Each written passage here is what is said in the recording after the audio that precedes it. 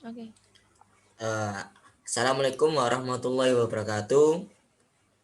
Di sini nama anggota kami yaitu terdiri dari Aldin, Diva Yulvania Tufahati, Gilang Nanda Rusda, Gilang Krisnawan, Sandi Triakusuma Wardana, program studi S1 Teknik Mesin Universitas Negeri Malang. Di sini kami akan mempresentasikan tentang air conditioner atau AC.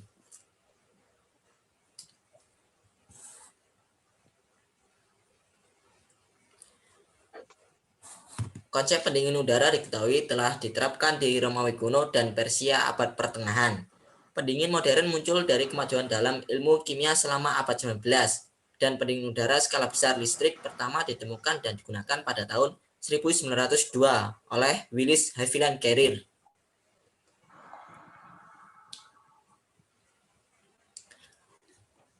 Air conditioner main map ada pengertian, fungsi, dampak buruk, komponen, cara kerja, dan juga cara pemasangan.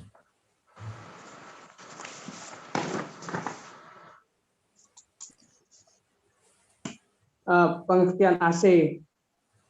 AC atau air conditioner adalah mesin yang dibuat untuk menstabilkan suhu dan kelembapan udara di suatu ruangan. Alat ini digunakan untuk mendinginkan atau memanaskan tergantung kebutuhan. Namun AC sering disebut sebagai pendingin udara karena lebih banyak digunakan untuk menyejukkan ruangan. Meski AC adalah produk teknologi modern, konsep pendingin udara sudah dikenal sejak abad pertengahan, yaitu pada masa Romawi kuno dan Persia. Willis Haviland Carrier menjadi orang yang pertama yang menemukan AC modern berskala besar yang menggunakan energi listrik pada tahun 1902.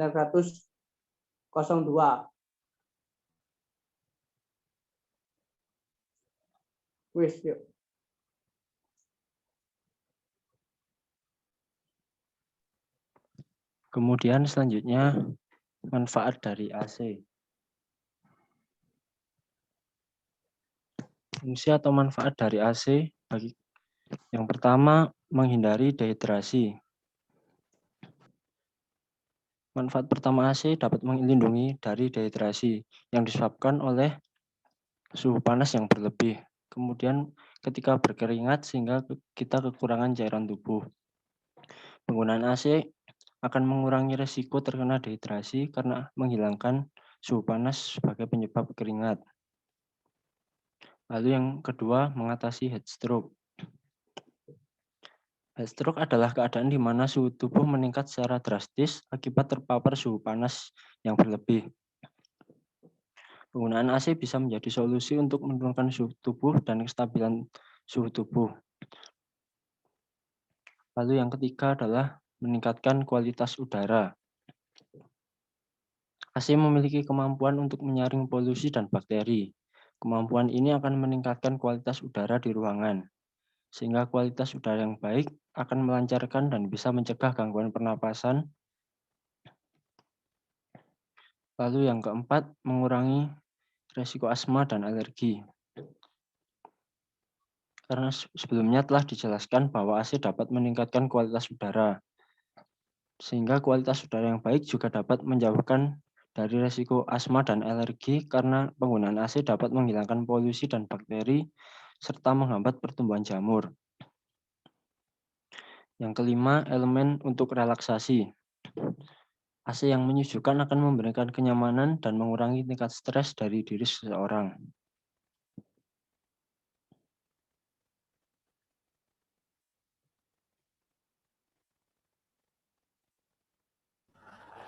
Yang selanjutnya yaitu dampak buruk AC. Nah, yang pertama, AC bisa menyebabkan kulit keriput karena AC menghisap uap air dari udara sekitar. Bahkan kelembapan pada kulit juga ikut tertarik oleh AC. Itu sebabnya kulit menjadi kering. Kemudian memicu sakit kepala dan flu. Pada beberapa orang, ruangan ber-AC dapat menyebabkan sakit kepala, masalah pernapasan, bahkan flu dan pilek. Mengganggu sistem tubuh. Saat cuaca cerah, kita masuk ke dalam ruangan ber-AC. Atau saat keluar dari ruangan ber-AC, kemudian kita memasuki lingkungan yang panas. Nah, tubuh perlu menyesuaikan diri dengan perubahan yang tiba-tiba. Kemudian, yang selanjutnya memperburuk kondisi kesehatan. Jadi, ruangan ber-AC juga bisa membuat beberapa kondisi kesehatan memburuk, seperti artritis, tekanan darah rendah, dan gangguan kesehatan lain bisa menjadi lebih buruk saat orang tersebut menghabiskan lebih banyak waktu di dalam ruangan ber-AC. Kemudian menyebabkan kelelahan. Nah, beberapa dari kita bahkan sampai gemetar atau menggigil saat suhu AC terlalu dingin. Kondisi tersebut bisa menyebabkan kelelahan dan sakit kepala. Kemudian, supaya kulit kita tidak cepat kering dan kondisi kesehatan tetap terjaga, kita perlu membebaskan diri dari penyejuk ruangan atau AC. Jika kita bekerja di ruangan ber-AC, hindari penggunaan AC di rumah, begitu pula sebaliknya. Minum air secukupnya agar tidak dehidrasi. Next. Baik, yang selanjutnya adalah komponen dalam AC. Terdapat 7 komponen yang sering kita dengar dalam sehari-hari. Yang pertama, kompresor. Kompresor berfungsi menghisap dan menekan uap refrigeran dari evaporator. Kompresor AC menjadi salah satu komponen utama pada unit pendingin udara. Yang selanjutnya, kondensor. Kondensor adalah komponen yang berfungsi sebagai penukar kalor. Alat ini juga akan menurunkan temperatur refrigeran dan mengubah wujud refrigeran dari gas menjadi cair. Next.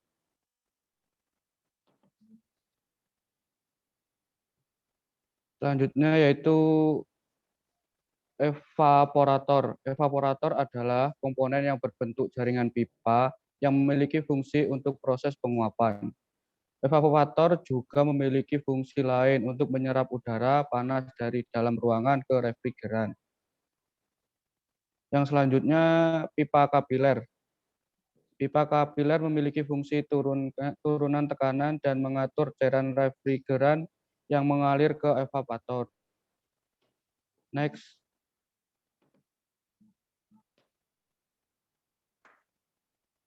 Selanjutnya, akumulator. Akumulator adalah komponen yang berfungsi sebagai penampung refrigeran cair bertemperatur rendah dan campuran minyak pelumas evaporator. Yang selanjutnya, fan atau blower. Baik di unit indoor maupun outdoor memiliki komponen ini. Pada unit indoor berbentuk komponen ini seperti tabung bersirip karena fungsinya adalah sebagai komponen sirkulasi udara. Yang selanjutnya yaitu refrigeran atau freon. Freon AC jadi komponen pendukung yang penting dari sebuah unit pendingin udara. Tanpa adanya komponen freon, pendingin udara atau AC tidak mengeluarkan hawa dingin. Dan next.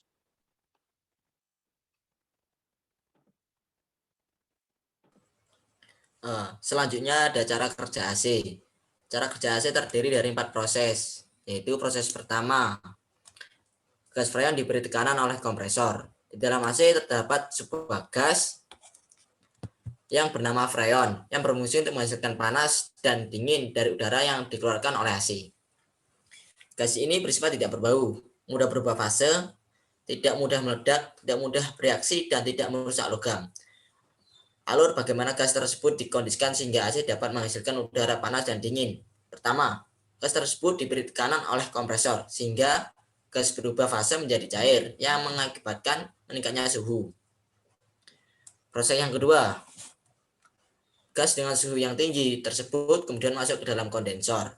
Gas dengan suhu yang tinggi tersebut masuk ke dalam kondensor dan diberi hembusan udara pada kondensor ke arah luar ruangan, sehingga udara menyerap panas dari gas freon yang panas. Hasilnya ialah cairan bertekanan tersebut keluar dari kondensor dalam keadaan suhu yang lebih rendah dari sebelumnya. Proses ketiga, cairan freon memiliki suhu yang sangat rendah. Pada expansion valve Cairan tersebut disemprotkan ke daerah yang tidak bertekanan yang menghasilkan cairan freon berubah fase menjadi gas. Karena perubahan tersebut, kerapatan massa lebih mudah. Karena perubahan tersebut, kerapatan massa lebih rendah, sehingga suhu yang sebelumnya telah turun menjadi lebih turun lagi. Hal inilah yang mengakibatkan cairan freon memiliki suhu yang sangat rendah. Proses keempat, gas freon bersirkulasi kembali melalui kompresor dengan siklus yang sama. Selanjutnya, gas freon yang telah turun tersebut masuk ke evaporator dan dihembuskannya udara melalui evaporator, sehingga suhu udara yang melewati evaporator tersebut menjadi dingin. Udara dingin tersebut kemudian disalurkan ke ruangan yang membutuhkan udara dingin seperti halnya ruangan perkantoran dan lain-lain.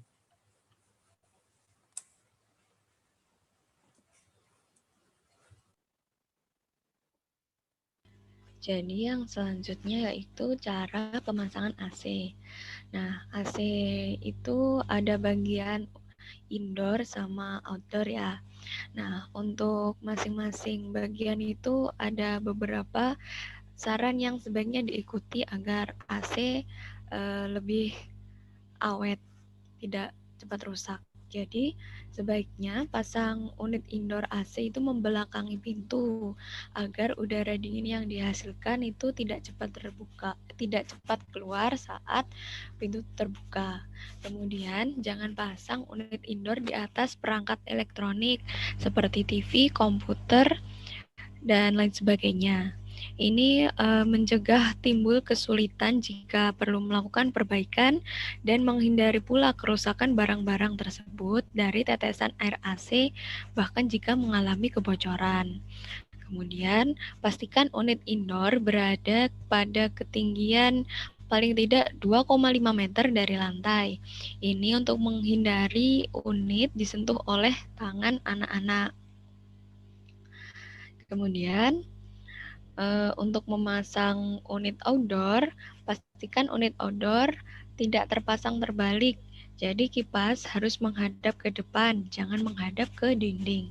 Karena ini dapat menghambat kinerja unit serta menyebabkan mengalirnya oli pelumas kompresor akan masuk ke sirkuit pendingin dan merusak AC.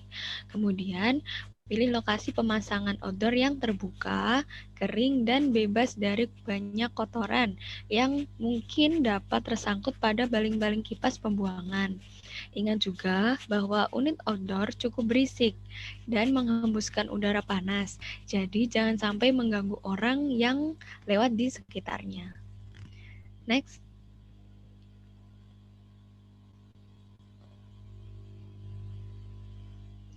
Sekian presentasi dari kelompok 3 air conditioner. Mohon maaf jika masih banyak kekurangan. Wassalamualaikum warahmatullahi wabarakatuh.